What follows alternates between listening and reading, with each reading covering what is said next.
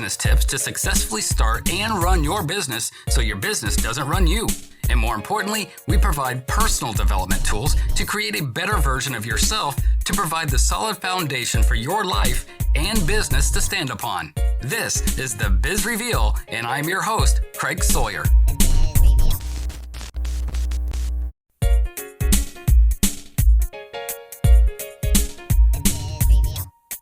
Nicknamed Super Sid, this week's guest is a marketing coach who has been featured in Entrepreneur, Forbes, and over 25 other publications around the world. Sid Clevinger created the super online organic prospecting system so everyone can discover how to prospect more effectively. After the show, learn more at www.sidneyclevenger.com.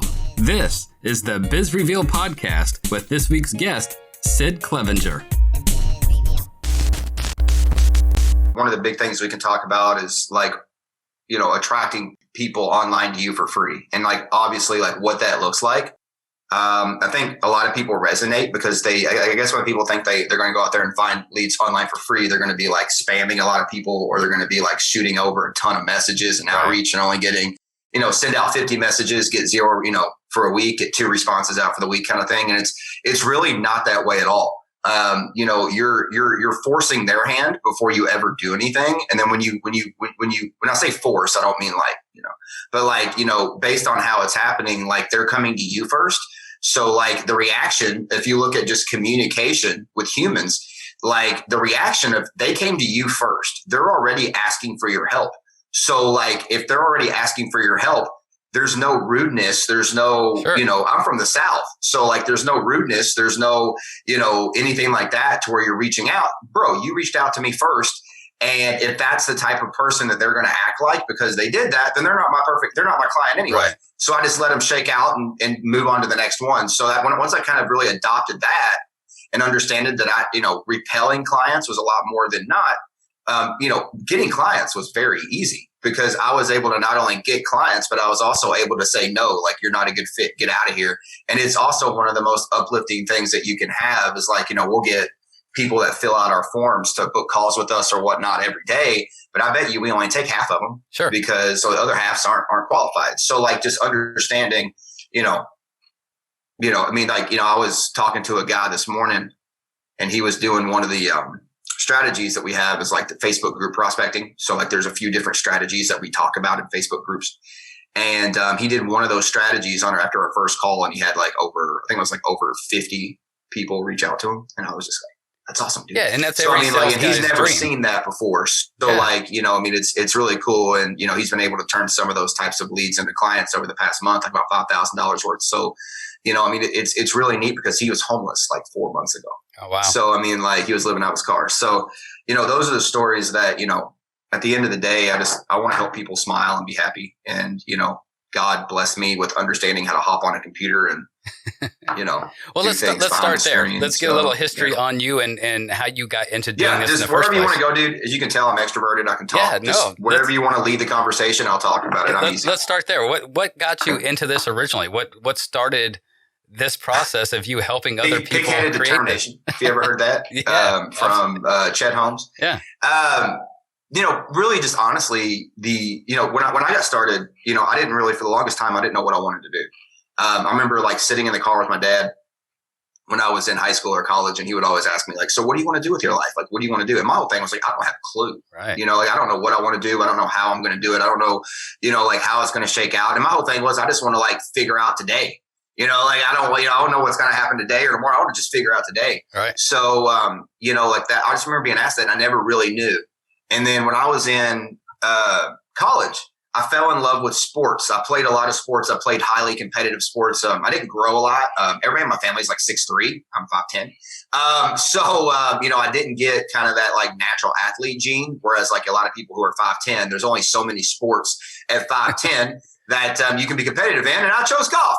So, I played competitive golf for a long time. And I think for a long, that really, as an entrepreneur, helped me kind of understanding the level of competitiveness that it takes. I'm a huge Kobe Bryant fan. So some of the stuff that he used to do in regards to being like, you're never going to outwork me. You're never going to be more competitive to me. That was definitely installed back then within just playing a competitive sport and having something to measure myself on. And golf is a individual sport. So that's a great way to do that.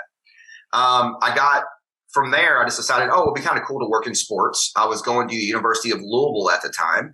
And in the sports world, their athletic administration or their sports department, meaning the athletic department, had went from like dismal, like it was made fun of in some of the low mid-major conferences, to at the time, it was the top at one of the top Power Fives. Oh, wow. And the athletic director that had done that, Tom Jurich, had done it in under a decade. So there was all this talk about how he had done this. And I was like, that'd be really cool. Like, this looks like a lot of fun. So when I got into it, I knew I had I just loved websites and I love stuff like that. But I never really knew you could do anything with that. I thought it was just a hobby. Right. So I walked we had a Division II school. I did an internship there my senior year for an entire year. And that Division II basketball team was ranked number 1 in the nation. So like it was really cool to kind of jump into like some real stuff. Like, even though I was at a smaller school, I got to learn about media. Right. And it wasn't just websites and stuff like that. I actually helped them build I was one of 2 people that helped build their athletic website at the time. So I was responsible for that. So that was my first piece of like software I built. And then we just sort of went into there and I worked there for a year. I learned a lot about websites, a lot about writing, a lot about press releases, a lot about media, and stuff like that. And, it ended up, I fell in love with that part of it. And not that I didn't fall in love with the sports part of it. I still love the sports part of it, but it's a dog eat dog type of world that I didn't want to be a part of. And you don't get paid for being in that type of stressful environment. Like I think when I was, I got a grad assistantship to do the exact same thing at a school in South Florida, in Fort Lauderdale. And, I found out real quick when I went there for my grad assistantship, and I was getting my graduate degree that, there can be some very unpleasant people in that world. Right. And it just really helped me, decide that, hey, maybe sports isn't the route, because I don't want to be the guy that's going to work 90, 100-hour weeks and get paid below poverty level for it. Right. And half of my, paycheck be Chick-fil-A that they're giving me for free at the concession stand. So I decided that what can I do? And then I ended up at the time just knowing someone, got into website stuff, and worked for a small advertising agency selling websites for them. And then after 3 months, I had sold like just walking around door to door. And this was back when you could sell websites for $10,000, before Wix and Weebly. And I would go out there and door to door, and I had helped generate close to $250,000 for that company. And increased, they brought me in to start their American division. They were a Portuguese, Brazilian based ad company. And they brought me in to start their American division. And within 3 months, their American division was like 33% higher than their entire company at that time. Wow. So once I realized that I was literally making pennies and I could do this myself, I then started doing it myself. And in my first year, without doing any marketing, any advertising, it was literally, I started with one client, worked off nothing but referrals. And I think I made like $180,000 that year. And it was like the easiest year ever. And I realized that this is fun, but it's not going to be sports. And then from there, just, you look back at some of the things that happened and, where I'm at now, I love it. And I'm sure with how technology works in 10 years, I'm probably still going to be around technology. I'm probably still going to be around marketing. I'm probably still going to be around whatever. However, I'm going to probably be where technology takes me. Right. And how it's currently helping people, because I think as creatives, that's ultimately where we're at. So sorry, that was a bit long-winded, but you asked, so I told you this. No, beautiful. And then that actually tells me a lot, because it tells me what is important to you, like what your passions are, and how you got there. So when it comes to the social media thing, and I know there's a lot of golden questions here I'm going to ask you, so sure, forgive me for asking those golden questions. I know that they're not going to be simple answers, or maybe even not even complete answers. I will step back and make sure to do it as simple as I can, and as short, as concise as I can. How about that? So when starting, I just recently started an online coffee business. It's all internet-based coffee business. And when you start out, the issues that I've got, I think, are pretty similar to the issues that most people would have. Is how do I extend past my immediate audience, like my family members, my immediate friend connections on Facebook and things like that? How do I get out there? So ultimately what we want to do is, there's 3, when you're starting out your marketing, there's what we call the marketing triangle. And Dan Kennedy came up with this concept. I think it was Dan Kennedy. He might have gotten it from David Ogilvy, which was he's like the godfather of modern day advertising. David Ogilvy. Dan Kennedy was a student of his, but so I don't want to misspeak that. But regardless, there's this idea of what's called the marketing triangle. There's 3 arms of the marketing triangle. On one arm, you have what's called your message. On the other arm, you have what's called your marketplace/audience. On the bottom, you have what's called your media. In any type of marketing that you're running, doesn't mean if it's traditional marketing, internet marketing, modern, whatever marketing it is, any type of promotion where you're going out there and you're looking to promote a message of some kind to get someone to take action on that message. So we're communicating. That's ultimately what you're doing online too, right? It's just, where's that media? We always need to make sure that those 3 are congruent. So our message needs to match who we're talking to in the audience. And then that audience obviously needs to be on the right media that we're putting that message on. And if any of those fall flat, the marketing that we're going to run falls flat. It falls apart. So understanding those 3 pillars when you're doing any type of marketing or promotion for your company, those need to stick. And then from that, once your message is then going to, now you got the right message. So you're selling coffee, and your message has a funny bone that I like to say. So what's helping you kind of be a red coffee guy in a blue sea of coffee, right? Right. And now you're gotten into the right corners of, say, the internet, or the right corners of the highway billboards, or the right corners of the website world, or the right corners of Google, or whatever it might be. And ultimately now you're finding, and the great thing about coffee is you're finding where all the coffee drinkers are. I'm a huge coffee drinker, right? Now I'm not in any Facebook groups or anything like that around coffee, right. But if you were to come to me and introduce me, I am a coffee snob, right? You have wine snobs. I'm a coffee snob. I have to have a certain kind. It cannot be mass produced. I do not want 5-year-olds making my coffee. So anyway, for a coffee business, the first thing we would want to look at with any type of marketing, with any type of anything, not just internet marketing or Facebook marketing, is understanding who it is that we want to talk to and how we can match that message to that person. So before we ever look at media, we want to make sure that the message is matching the marketplace. Okay. If the market doesn't react to that offer, doesn't react to that message, then we need to understand what it will react to. And instead of beating a dead horse and consistently putting messaging out there that no one's reacting to, which in essence is hurting you, right, over a long period of time, we're able to then readjust and get that part right. So the first thing that I would look for, and a great way to do this, I have there's a worksheet that I work through it, but you really don't need the worksheet. I got it from Russell Brunson when I was working with him last year in some of his stuff, and it's called Your Mess Becomes Your Message.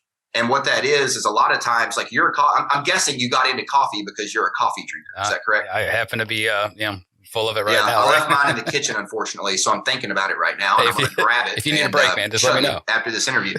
But so you're a coffee drinker. So if you think about, say, 3 months, 6 months before you decided you wanted to start a company for coffee, whatever that company is, what were some of the questions or some of the things that were on your mind that you were thinking about when you were thinking about wanting to start a coffee company? There's probably a good chance that the audience and the marketplace that you're wanting to get out to is having those same answers, or those same questions crossing their minds as well.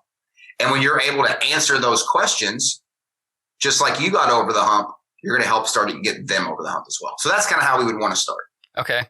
And then, to go with that, so basically you got to do your market research, right? You can't sell to an unknown audience. You need to know who your audience is so you can market. But even when you do research, there's no, you can't just go which research tool do you use? There's a couple that we recommend. I don't really. It's just more so just Googling and seeing what I can find. Oh, okay. So there's a free one that you can use that's really great. We use it with a lot of our clients that come to work with us early on because they're spending money on us and, or maybe they don't have as much, as many clients right now yet. So we want to give them some free tools that are great so they don't have to worry about putting money down and stuff like that. So a free tool that you can use, which is an awesome tool, is called Answer the Public. You can just go to answerthepublic.com. You put in specific keywords. The free tool allows you to do one search a day, and then it spits out a who, what, when, where, how, which is questions. It spits out prepositions. It spits out basically what is being searched on Google and Bing, okay, around that specific keyword. So when you're looking at getting your messaging, I might go out there and put social media marketing. When I put social media marketing, something to me that is super simple. What is the difference between organic marketing and paid marketing? To me, that's like talking to 3-year-old. Right. Like if I'm going to, but the thing is, a lot of people get so sucked into how good they are or how passionate they are about something that they forget that the people that they're talking to typically either aren't that passionate about it, aren't that educated about it, or are at the very beginning of their journey and wouldn't understand anything that has to do with anything about it unless you're talking to them literally like a third grader. Right. So when you go back in the types of messaging that you're created, it's really going to help you making sure that you match that message perfectly with that marketplace, which is why organic marketing is something that you should dive into well before you ever do paid marketing, because as you're figuring out your messaging, because understand, I had the wrong messaging for my company for 6 months. And I didn't know what was going on. And I'm getting all this traffic. I'm doing everything right. People are telling me they love my stuff, but no one's converting. Right. What the hell's going on? And it had nothing to do with anything else except I changed it from a very wide message of build a business of your dreams so you can live the life you want to a more concise message of start attracting leads to you online for free using the super online organic prospecting system. And just by shifting the message a little bit and having them be a little bit more iron focused on what's going to happen after, which is they're going to attract leads to them, specifically about what I'm talking about and not as the whole big thing. Instantly we started turning the same numbers were happening, but now we were converting versus not converting before. So the messaging, is very important. And we obviously want to make sure that we get that right first. See, now, and I also, as a trade, my occupation is in health insurance sales, private health insurance. And granted, it is a very regulated industry. So there's very little I can actually say in a general post that's out to the public, right? Because, insurance is just so heavily regulated. You can't, the bait switch things and all that, right? I've worked with people in insurance in the past. There's a way that you can get around it, though. What is the messaging that we're putting out? Well, the messaging in sales that we always want to use to convert is you're always wanting to sell. You ever heard of the old adage, you want to sell the hole, not the drill? Right. Yep. So you want to sell what it can do, not the actual product what they're itself. getting and the benefits that they're getting versus what is the actual tool they're using to get that. At the end of the day, bro, please don't take this the wrong way. I could care less about whatever hell insurance that I have. All I care about is A, I got it. B, I got it from a guy that I know when I'm going to need help with it, he's going or she's going to be there. That's all I give a shit about. Yep.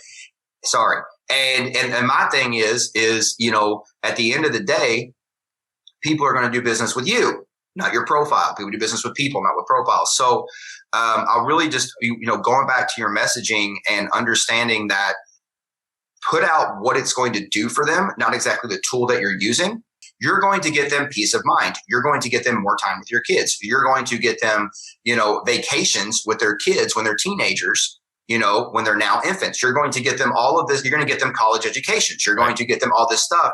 So then you talk about how being able to work with you is it's going to be able to help them get without talking about the tool. And then since the tool is never mentioned, they can't get upset with you because you're not talking about how you're doing it. You're talking about what you're doing for them when they work with you. And ultimately what you're doing is ultimately what insurance would do, right? When someone got insurance from you. So that's just basically how you kind of flip the messaging on its head. And you can do that in MLM. You can do that in insurance. You can do that in real estate. You can do that in however, niche where they want you to be a little, maybe a little bit more tight-lipped, but obviously doesn't mean go out there and break social media rules. Like don't go out there and spam. Don't go out there and start, copying and pasting to millions of people. Follow the rules, be ethical, do it the right way. But obviously there are ways around, things like that. And that's just about being creative and understanding how to spin a message that people will understand in a marketplace that's allowed. Yeah. Selling the knowledge, not the product. Exactly. And you see that kind of stuff. Or what's that one, the Mayhem guy? Oh yeah. In the State Farm commercial. It's hilarious. And they reenact the scene. Now, supposedly, it's really funny. Supposedly in all those are actual things that have happened. And some of those are so off the wall. But if you think about it, they're not talking about come and get this type of insurance. And when you get this type of insurance, this is going to happen. And it's going to protect you from this. No, they put out the challenge ahead of the tool to fix that challenge. They paint the story and the journey of what might happen so that people can then resonate and impulsively look at that and say, shit, I just went through that 2 days ago. Yeah. Right. And then they're able to then bucket those specific people and then drive them to a specific destination to where they know that at that destination online, these people are having issues or challenges with this. And then I'm sure on the backside, they probably got hundreds of people that are getting leads that are coming from people who are then reacting to those. So like that's being done by the corporations and insurance as well. So why don't you do it? Yeah, exactly. Copper Coast Gourmet Coffee. When fresh matters, we deliver it from the fields to the roasters and into your cup. CopperCoastGourmetCoffee.com.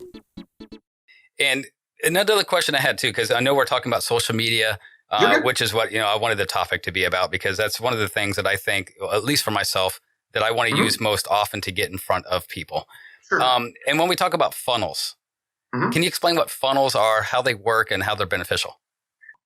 Ultimately, when people are starting to promote and attract people online for free, right? Where are people going in 2021? Right? In 2015, they went where? They went to your website. Mm-hmm. People looked you up, they read your book, they saw something. You typically directed them to a website online, a singular destination outside of any other thing, right? So you're not inside Facebook. They have to go to a singular destination that is only your website, right? Owned by you. In 2021, where do people go? They go to your Facebook profile. They don't look for your web address.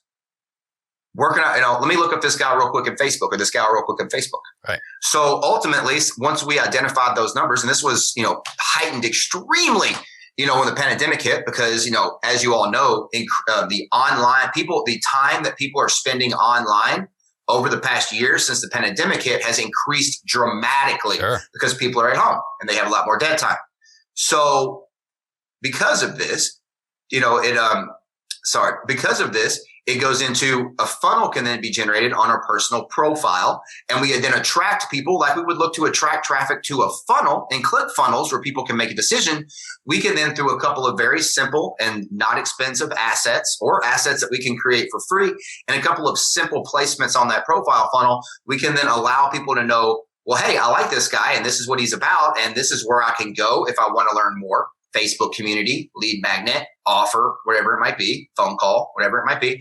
And we can also have them make another decision, which is to send you a friend request so they can start seeing more of your content.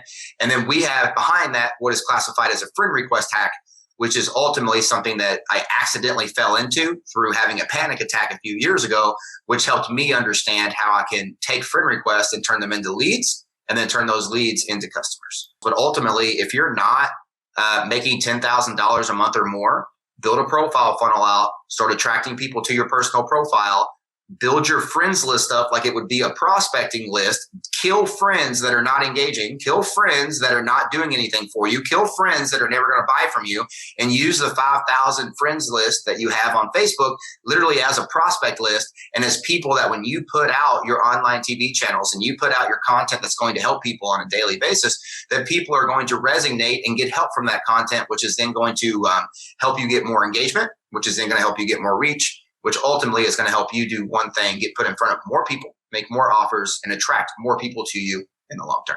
Still, and I want to move on to something outside of Facebook in just a second, but while we're still talking about Facebook, what is the difference between a boost and a paid ad? Never do a boost. There's two different types of paid ads, okay, in Facebook land. You have what's called a boosted, or is that technically three? You have what's called a boosted post, which you could just push a boost button and it's going to boost it to whoever hell it wants to go to. Don't do that. You have what's classified as a ad, so like a boosted post, but it's a boosted post that you go into the ads manager and then you actually build it out as if it was an ad. You're just taking the content that's already on the page. And then you have what's called a dark post, and a dark post is where you put it on the page. And if you went to the page, it wouldn't be seen. It's just running as an ad kind of out on the page, but you couldn't go to the page and actually see it. Your targeting is the most important part of any Facebook advertising, right? The people you're putting that in front of. So like I tell this to my people all the time. And this happens, this falls in with paid advertising or organic marketing, whatever you want to do. But regardless of how awesome your content is, how awesome your offer is, how awesome everything else is, if no one looks at it, it doesn't do you any good. It doesn't matter. Right. You just, that's something you just got to, be aware of, because, thou shalt always work on that offer. If your offer's off, it doesn't matter how great things are. But if no one ever sees anything, no one's ever going to know to take, action on that. So regardless of where your marketing is, just make sure that people are watching it and seeing it, and you're growing that list of people that are. And when you're doing that, that momentum is going to help you attract more people. And ultimately, this kind of gets left out a lot, brother. Ultimately, when you're selling something online or you have a business, whether it's online or not, please make sure you're actually helping people with what it is that you're selling them. Right. And not selling them not selling them snake oil. Right. Because that's going to ruin you so fast. And it's shallow. And we live by a couple of mottos. In the sales business, there's a lot of those mottos that you live by. But one of the most important ones, if not the most important one for me in health insurance sales, is what we call hope, helping other people every day. And when I'm training new agents, I teach them all the same thing. If you go into that phone call trying to make a buck, trying to make that next paycheck, it's never going to happen. You're never going to, because it comes out in you that you're just trying to get a buck. But if you go into that call trying to help them, income is the outcome, not the objective. Always. Oh, right? Yeah. Always the secondary, right? Exactly. I don't know about you, man, but I mean, just as an entrepreneur, I've always looked at it as kind of like a game. You don't have to wear a suit and tie every day.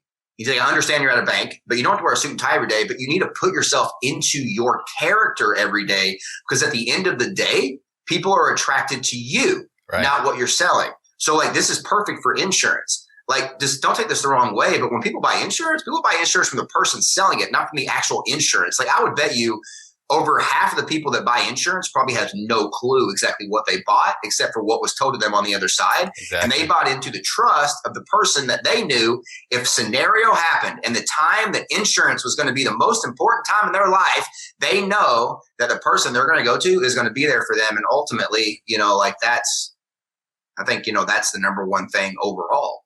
We sell ourselves. We don't sell the thing we're selling. And ultimately, people can go and get some of the same information that I talk about. It's not like it's exclusive to me. However, I've been able to put it and do it in a specific way. And when I work with people work with me because of the way I do it, not because of what it is that I do. And they want to learn how I do it. And they want to do it the way I do it, because of the way I do it works. And that's ultimately, I believe why a lot of people sign up with anybody. But ultimately, I'm a big believer, with my life, I've had literally not just thought about suicide, but had a gun in my mouth, I've, smelled gunpowder. I've, moved to places I didn't know. I moved to Texas, never even been across the Mississippi by myself, let alone been to a big old state like Texas and a big old city like Dallas, coming from little old Kentucky. And, moved here with just a couple grand, and figured it out. And I'm just a big believer that everybody is born with a superpower that their maker gives them. And it's our, everyone, it basically, we have gifts, and it's our duty, it's our job to not only identify those gifts, but to go out there and use those gifts to better the world. And share it with other people. I believe that every single person is installed with those. And yes, it is our job to not only figure out what those are. And I don't think that's a hard process, but I think it's even more of a difficult process, which I don't think is a difficult process. It's just more stubbornness of going out there and fine tuning those superpowers every single day. I mean, I'm reading, again, I've read it in the past, but I'm refreshing myself on it on the Ultimate Sales Machine. So I'm right in the middle of that right now. And one of the biggest things Chad Holmes talks about is pig-headed discipline. You literally just have to consistently do it, even if it doesn't look like it's working, even if if you hate it. It works. It's proven to work. Take the system, follow it, and that's I've kind of incorporated that into my organic marketing system. Is this works? Keep doing it because it's worked for too many people for it not to work with you. You just got to put in 100% of the effort. Just got to know how to use it and use it consistently. Okay. So kind of going on the same thing, but switching a little bit of the gear. Sure. Same deal, but not Facebook. How does Instagram fit into the mix? Or, you can say Instagram is going to get a little bit more reach than Facebook. They just changed their algorithm again. This is how I look at the different platforms. So if we go back all the way back to your triangle that we mentioned at the beginning, right? If you take the different social media platforms, or you take any source of media platform there is, AKA this podcast, ultimately, where are the different media channels that you are going to, what I class as a big word, but infiltrate, right? Which ones are you really going to go in and take action on ultimately attracting leads to you? Okay. So just because you have the option, like I had the option of using Pinterest and it would probably work. I have the option of using TikTok and it would probably work. But I don't have the time to build an actual plan that is going to work, that I'm going to be able to manage. And, what we're having right now is working. So I don't want to mess with that. So what we are looking at right now is I do use Instagram. I have about a 5,000 person following on Instagram accidentally. I've never really formally tried or done anything with it. But what we usually do with Instagram is more looked at as kind of like a high impulse. People want to see what it's like to actually be in the shoes of the person putting out that content. So like if you're about to go on stage, they want to see the lights and they want to see what it's like to go about on stage. And then, it's a lot more geared around the magazine, the traditional magazine, to where people want big, bold pictures, right? And high, quick impulses of, kind of quick dopamine hits. So Instagram, although there's a different kind of style of how you would use it, ultimately you're driving people back to your profile. And just like on Instagram, you have a link that you can put on your profile, same similar link that you're promoting on your Facebook. And ultimately every single time that someone comes to engage or you put out content that engages with them, ultimately that's going to drive them back to that profile funnel and then give them the opportunity to follow you, to see you more, or ultimately take action on that, on that link that you have. But the tactics are going to be a little bit different just because the algorithm's different, the whole social media platform. So you don't want to use the same marketing for Instagram that you do for Facebook. You do and you don't. So you do the same types of frameworks. You do the same types of messages, right? So if for instance, like one of my coaches is Brendan Burchard. So like if you were to go look at Brendan Burchard, the guy has over 2 million customers online. So he's done okay. You go look at Brendan Burchard, and if you look across his line, Instagram, Facebook, LinkedIn, it's all the same content. If you look at Frank Kern, another one of my coaches, I've been a part of Frank Kern guy for 5 years, been doing this stuff for 5 years. If you look at all of his stuff across LinkedIn, across, Instagram, across Facebook, if you look at all of his stuff, you're going to notice that, it's all the same types of content, just what he classifies as expanded upon. So, ultimately, there's 5 different types of content that you're going to put out there, whether it's on social media, whether it's on a blog, whether it's on email, whether it's on a sales letter that you direct mail to somebody. There's 5 different types of content that you're going to put out into the marketplace. And this is based on communications. This isn't a marketing thing. So how we communicate with people that gets people to take action is 1, education, 2, motivation, inspiration, 3, case studies, 4, testimonials, 5, call to action content. So call to action content is going to be like, do this now, and this is why. So like kind of like why now type content. So by consistently kind of recycling those types of contents throughout your messaging, throughout all of your social media platforms, you're going to then be able to reach the massive majority of everybody on social media, not just on Facebook. Right. The way that I look at it, and this is a basic concept of content compounding, I'm not connected with the same people on Instagram as I am on Facebook. I'm not connected with the same people on LinkedIn as I am on Facebook or YouTube. Those are the big 4. So if you look at those, then since I'm not connected with those same people, by even just compounding my content and going live on Facebook, and then cutting it down to 30 seconds and putting it up or putting it in an Instagram story or putting it on Instagram right after there and just compounding the content, then going out, putting the same live video on LinkedIn, and then going and uploading the raw video before it's edited on YouTube. If you have a following on each one of those, right? And you have a system of how you're going to convert on each one of those. Right. So you have a system built to where you're putting content. The goal of that content is for them to go to this page or to book a call or whatever it is. And it's working. That means you're putting it in front of 100 people and stuff is happening. Right. Then, then it just becomes not the game of how do you get more people to your funnel or how do you get more people to book a call. It then becomes a game, how do you get more people to fall into that bucket of being in that social media channel to convert. So, and one of the things that I had heard, and I've been trying to do this, but it can be time consuming, is to join groups on Instagram, like subjects.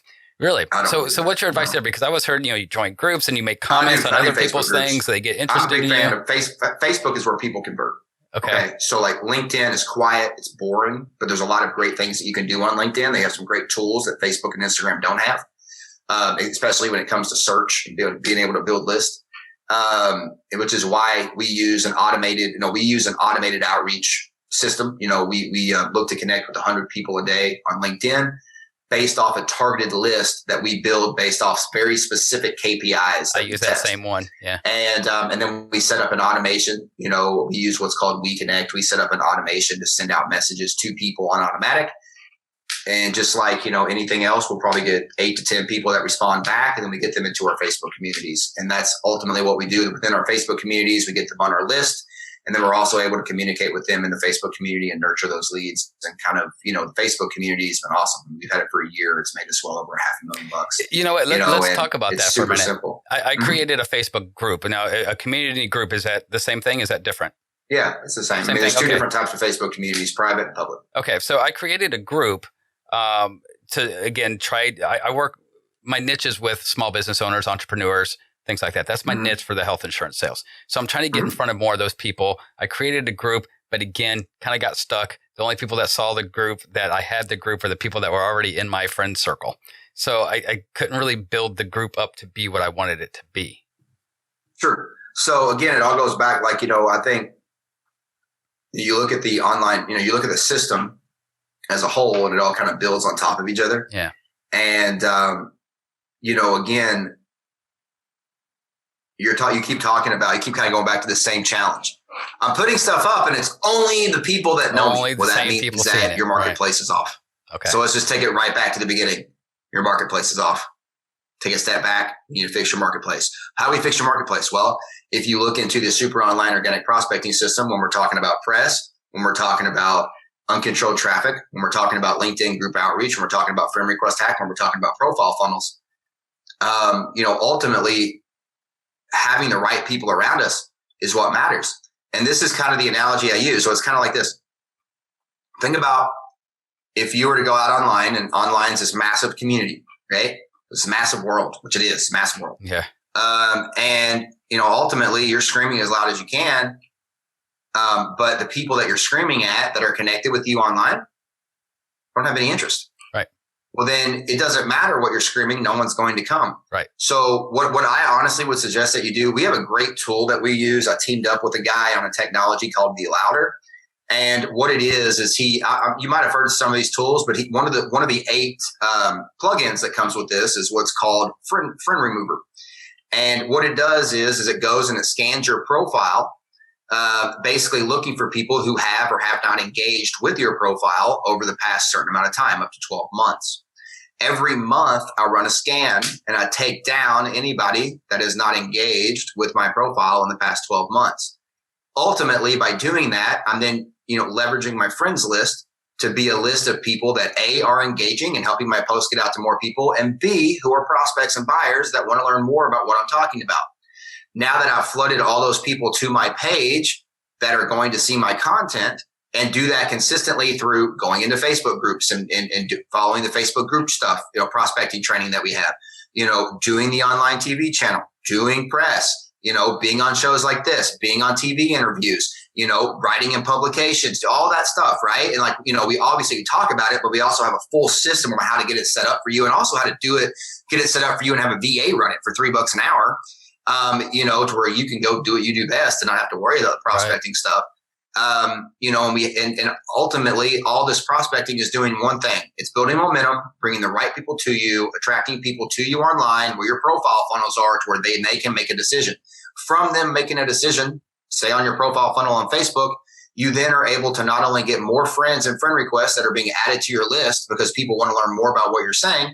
You're also then able to easily, since they liked your content and it's someone you didn't know before and they sent you a friend request and they take the first action on you, you're then able to send them a very soft invite to then come and join your community, because if they liked you once, there's a good chance they're going to like you again, and they're going to want to hang out with you and other like-minded individuals. It's a great chance for you then to get them to come and join your community, add them to your list, and start the sales and nurturing process of turning them into a paid client. And the posts are similar to what a podcast should be, right? It's all about the content.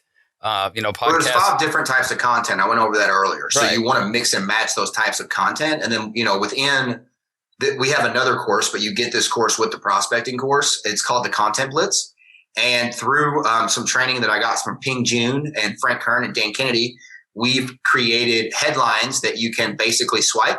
So we have 11, we have 26 headlines. They're all broken up into the different types of headlines that you would use within those five, content areas. And then you can just use those templates. And then based on the content, the stories and the journeys that you have, you then just fit the story into this. And then we have a very specific way that you follow telling a story. Russell calls it an epiphany bridge. I call it a lesson of the day. There's a different way of doing it, but ultimately understanding how to communicate, beginning, middle, and end of that story, and then just consistently putting out those types of videos. We talk about, you want to connect with people in videos. You want to, you don't just want to teach or talk at people. You want to talk with people, meet people where they're at.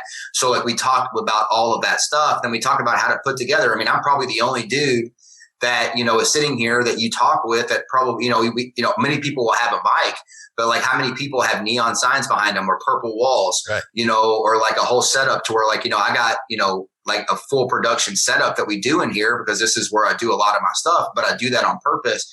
So like, again, it's just every little thing, someone's going to look at this.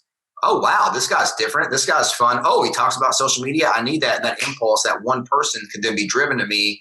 And in everything that I do, I play every ace, put my best stuff out there consistently. So if I'm doing that every day, and even if it's just one person on one show, if I'm averaging 10 to 15 shows a month, which I am, times 12 months, before I know it, that's 200 people. 200 people could turn into 10 or 12 opportunities for me, which could easily turn into 6 figures. Sure.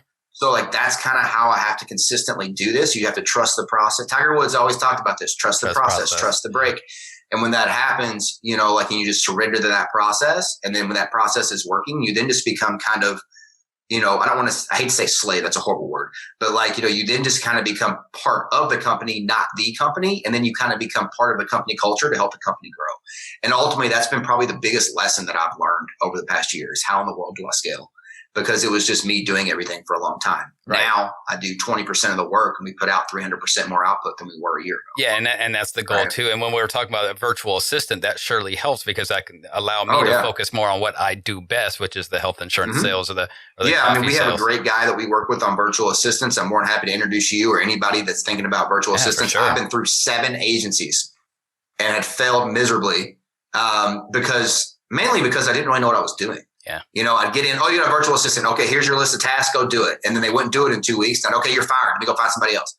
Basically, because I kept telling myself that I didn't have the time and I just needed to find somebody that needed to know what they were doing, that was proactive. And then hopefully they would last for a couple of months. Right. That was kind of my mindset around it. And then randomly just, doing the Facebook group stuff that I was talking to you about. And I was actually out there prospecting. A guy was mentioned in in ClickFunnels group of all freaking groups. ClickFunnels group was mentioned in there. So, it's a crapshoot sometimes. You don't know what you're going to run into. And I reached out to the guy. And ironically now, this was not more than 4 or 5 months ago. We got 3 people that work for us now. They're absolutely amazing. We're about to add a 4th because our production is just getting so high. And we're pumping out a lot of stuff. But beyond that, here's what the best part is. We've placed over 20 people with this guy in 4 months because so many people are looking for that solution, but are having trouble with finding it. Right. And then they're like, holy crap, like this guy's going to open up his network for me just for a couple $100 or a few $100. And then forever, if I need a virtual assistant till the day I die, he's going to let me have, access to that network and go out there and find the best people in his network for me to have. And he's going to be there for me so that he can give me his opinion when I interview them and help me make the right decision.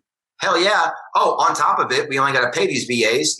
They set their payment, but we're paying our VAs $3 an hour. So like, think about if you have one VA doing 20 hours a week, 80 hours of work for you a month, how much stuff could that take off your plate that's repetitive, day-to-day, mundane tasks? Right. And how much more stuff could you be doing that you want to get done by simply that pays you more? Paying a VA $240 a month. Right. So there's no excuse for that. Here's my question for that because and like a lot of people, I don't like that loss of control, right? I like to be able to control what I've got going out, what's representing me.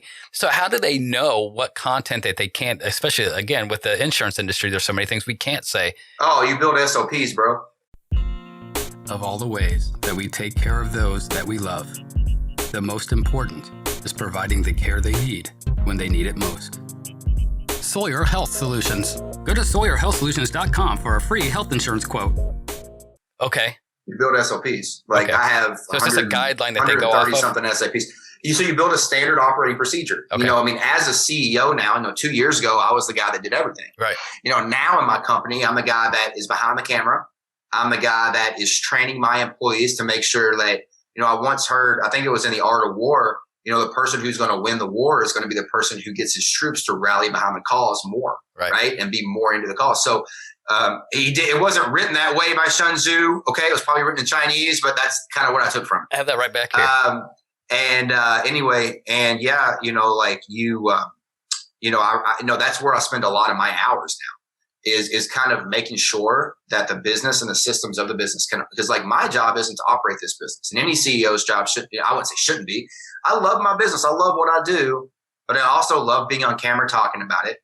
I love traveling. I love playing golf. I love being with my wife more than, 15 minutes high and by a day. Right. And I want to have a family. I want to have a life, and I want to be able to have it all. I think, when I started getting into when I started, first started flirting with we're getting up to $300,000, $400,000, $500,000 a year. And it doesn't really feel like I'm trying. That was really when I started, I started before the pandemic, of course, we started getting around some different people who were like up around that kind of stuff. And you just start to hear different conversations, right? And you start to hear like the types of people that, I went to a event and I spoke at an event with Robert Herjavec on a stage with Robert Herjavec during Oscar week last year. Around this time, and it was actually around this time, third week of February last year. Damn, that seems like such. It goes quick. But anyway, there we go. I lost my train of thought there for a second. But by getting into those rooms and into those conversations, I started understanding that, yes, they're on the bottom parts of the line, but they do it once, they do it right. They then build a repeatable process, and then they never touch it again. Right. And then, as I was going through the Ultimate Sales Machine from Chet Holmes again, and I'm kind of reading through it a little quicker this time. But regardless, one of the things he talks about, training is in the second paragraph. Second chapter. You have to consistently train and make sure that you're building the system of the business so that your business is set up for anything, any objection, anything that could come up, that you're not in reactive, you're in proactive. You're not reacting to anything. Because when you get put into reactive mode, you get nothing done. Right. You go in circles. Yep. So it's just interesting because now I'm all this stuff's kind of coming back. But, I look even back to a year ago, I was doing a lot of the stuff myself. Now, as I'm talking to you on this, I got a funnel getting built. I got someone right now reaching out to at least, probably 100 leads that we got. We got a website being built. I got videos being videoed and edited. We actually got putting, captions in them. So a year ago, I did all that. Right. And that would be a week's worth of time. Yeah. Now, as I'm talking to you, I'm able to be here, but also be there because they have instructions and know exactly what they're supposed to do. They have SOPs. And if they follow those instructions and they do what they're supposed to do, what I want is going to come out. And if they don't, it's not. And they know that it's not. And I can go right back to the SOP and say, hey, you didn't do this. You didn't do this. We need to make sure you're following the SOP. And if they just refuse to follow the SOP, then they're not a good fit. Right. Right. And that's being a CEO. And understanding that that's what your job becomes, right? A big part of your job becomes making sure that the other people that you put into positions are performing in those positions the best way. And that's been my biggest thing over the last year. And once you get that right, and you can continue to be the visionary and let them carry out the tasks that it takes to achieve the vision that you had. And that's where I'm at now because, I have the podcast. So of course I got the editing I got to do. I got, put it on YouTube. So I got all the video editing. Mm-hmm. Then I got my day-to-day job with the insurance. I get, talk to people there, and then the coffee thing I'm trying to build. So yeah, that's where I'm at. And I think a lot of entrepreneurs or business owners, especially new business owners, are in the same boat because you're wearing all the hats.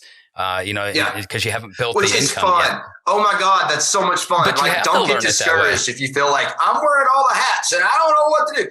Oh my God, that was like the most fun part of my business. There was no growing pains. I just woke up. I knew what I needed to do. I did it. I made money. I was happy. I was running around. I was always busy. I was active. Don't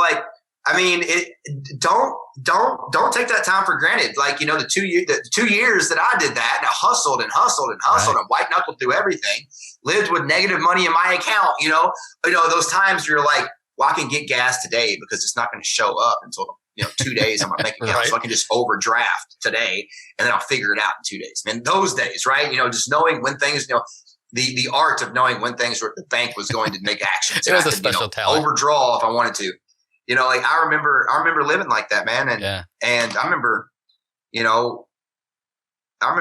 when I first moved to Dallas, this would have been under 3 years ago, when I was about $800, $900 negative in my account. And I went and I made spaghetti that had mold in it because I was starving. Yeah. And I had to eat around the mold, and I kept thinking I was going to get sick. And then I ended up having a panic attack. But so, don't get discouraged on those. But then once you start gaining momentum, don't ever touch things like multiple times. Touch it once, build it out to where it's built out right. And then make it, and then basically make it repeatable, so that when you don't have to come and redo this once. You come and there's a process that you follow when this occurs again, and there's no emotion behind that. You just follow the process, and it makes running a business a lot easier, because you don't get into, well, should I not? You look down and you say, this works, this doesn't work. I'm going to follow what works, and I'm going to follow that process. And it just makes life a lot easier. I get so much more stuff done by simply not having to think about what I'm going to do, by just simply looking at it. Okay, following based on my calibrations, this is what we're going to do. And it just, once you're able to start kind of building some momentum going upward that way, it's like exponentially, like every day you're just exponentially doing chunk after chunk.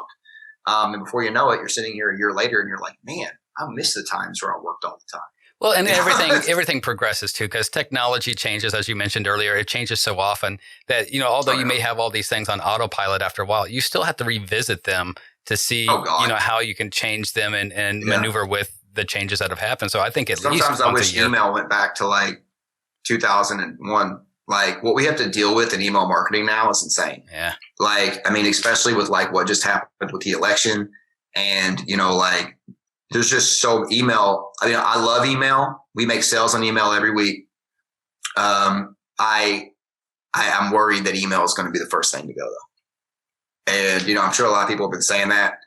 But, how are we going to consistently, what are we going to get that is kind of universal that we can consistently contact people in besides email? And there's a lot of other options. I mean, it's not, email doesn't have to be the only one, but I don't know, like, email, if you take a look at it, in 2021 now versus just like 2017, I mean, the types of crap that we have to deal with to send out an email to people. Are you talking about the regulatory type issues? Well, it's like with SMTPs and, your deliverability now is so shoddy. Yeah. Like, I mean, the testing that we have to do, it used to be, I'd just go into MailChimp and I'd send out an email. Right. Right. And I knew the deliverability was going to be on point. I knew that it was going to send out on time. I knew that I didn't have to worry about too much.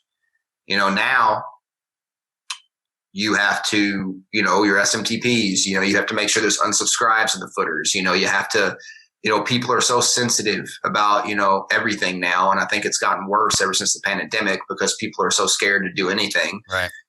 Like even me, where was I? I was going to get the dentist appointment done yesterday.